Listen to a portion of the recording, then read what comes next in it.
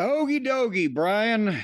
It was time now. They were in Ontario. They weren't in Toronto yet, but it's still the same province. So you knew Edge and Christian had to be there. They're going to be popular.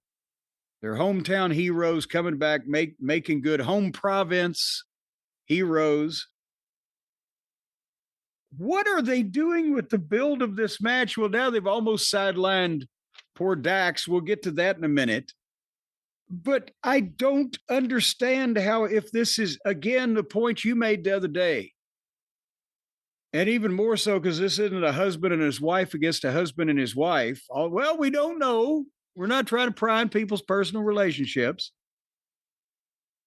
But if they're this pissed at each other and they're the friends that betrayed Edge and stabbed him in the back and he's reunited with his old friend who's still a prick and an asshole, whatever the fuck, do they have to stand there and talk to each other for 20 minutes?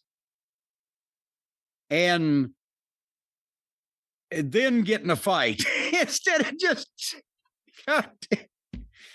And Tony Schiavone. What was that they used to call the hairstyle of fucking business in the front and party in the back? He had a jacket and tie on top and baggy pants and tennis shoes on the bottom. Did he not realize we were going to see his feet when he got in the ring? Or he's just given up. Or he's just given up. Or maybe he hadn't been taking his medication and, we need to watch out to see if Tony Schiavone wanders off from the shoots these days. But the story to cover it, there was going to be heavy fines if there was a fight between these people. Stokely said it was going to be $100,000 a piece to touch either Dax or Cash, and $500,000 for him. Why? And the match would be canceled. Why? Yeah, exactly. Why? How? What? There's a motherfucker in the next segment of some of these shows trying to pour bleach down somebody's fucking throat, or goddamn running them over with a vehicle, but we can't fight in the promo or we'll fine you $500,000. It just doesn't. It's all bad indie ideas that they've seen wrestling in the past and somehow don't understand the context, and they don't understand how to in any way make it believable or plausible. And because there's no quality control over this show and there's a goddamn major issue with attention deficit disorder, they just do shit in every segment that just doesn't make sense from week to week, month to month, and year to year over other things they do in similar situations. Was that succinct enough for you? Very much. When Cash started his promo with 16 years ago, I met you for the first time, I knew this was going to go a while. But he had some oomph. He had some oomph. He got to his point. Dax started talking. And most of the promo was to the fans about how great they were instead of Edge and Christian about how great they were. Did you notice that? Yep. Yep, I noticed that. He couldn't even disguise it, that everything he'd come up with to say about how great they were to Edge and Christian was really his defense to the fucking fans. And here's another thing we did for you people. And he went to the point where he was looking at them as there was Edge and Christian standing over there and Dax was addressing the stands.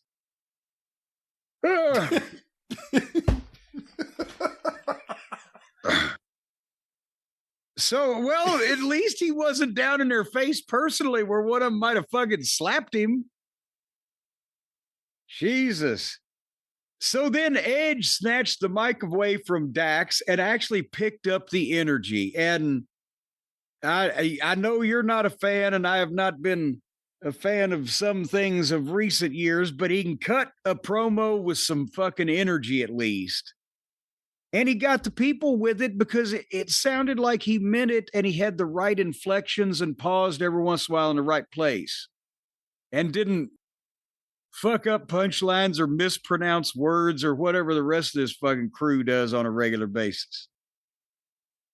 And then, of course, Christian takes the microphone and says, well, $100,000 isn't anything to me because I'm rich. So and he punched Dax in the face and apparently broke his fucking nose. For real.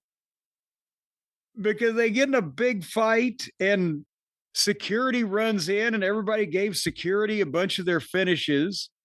And Dax is out on the floor and his nose is just gushing blood. And now he's already made the announcement. I'm gonna wrestle. I'm gonna be in the match, but he broke his nose with the first fucking punch. And these are the professionals, the experienced veterans. What the fuck is going on?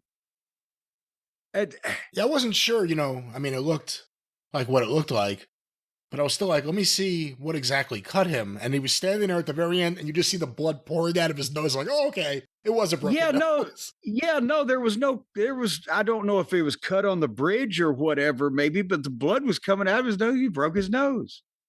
And I managed Bobby Eaton for 7 straight years. How many punches do you think Bobby Eaton threw working over 300 times a year? Oh, wow. For 7 years? Thousands. I don't know that he ever, I can't remember. It did not happen that he ever busted anybody open or swelled anybody up or gave anybody a fat lip. Not with a punch. Now he bulldogged Tommy Rogers on that table and fucked him up a little bit. But point being, what the fuck? You just said every 20 minutes you can throw one punch, you break the guy's nose. Well, we wish them all well in their endeavors on fuck tomorrow. I got a great couple of days coming up. I got to watch 9 hours of wrestling, talk to you about it, and then go get teeth pulled. What a weird build. It still doesn't make sense. I don't understand why they did the fan thing. When they came out with the security, I wasn't sure. Are they coming out with security from the fans or from Christian? Serious, because of the thing they did last week. Or are they coming out for Christian and Edge? And they didn't seem too worried about Christian and Edge. They seem more concerned about the fans. Yeah. Well, and also, besides the threat of the heavy fines, they had to send 12 indie wrestlers out there dressed in black security shirts so that they could take a bunch of bumps. I wish they'd get some of those real fucking either like rent-a-cops or back in the day we had the Andy Frayne security ushers or whatever the fuck. Some pot-bellied fuck with a mustache from lower Pittsburgh and then try to give him a fucking bump. But all these indie guys look the same. Every single one of them. What do you think of that line, though? I'm rich and just doing it. Does that work, you think? Well, for the people who were already there, they liked this ridiculous fine. Well, yes, that's the thing is for the people that were there that had already laughed at the idea that it was that much. Well, at least he had a cute response to that horseshit. But $100,000, $500,000 for Stokely for fuck.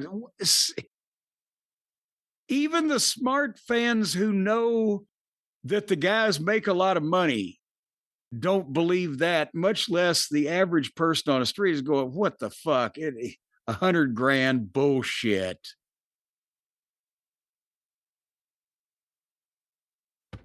I had to wash that down.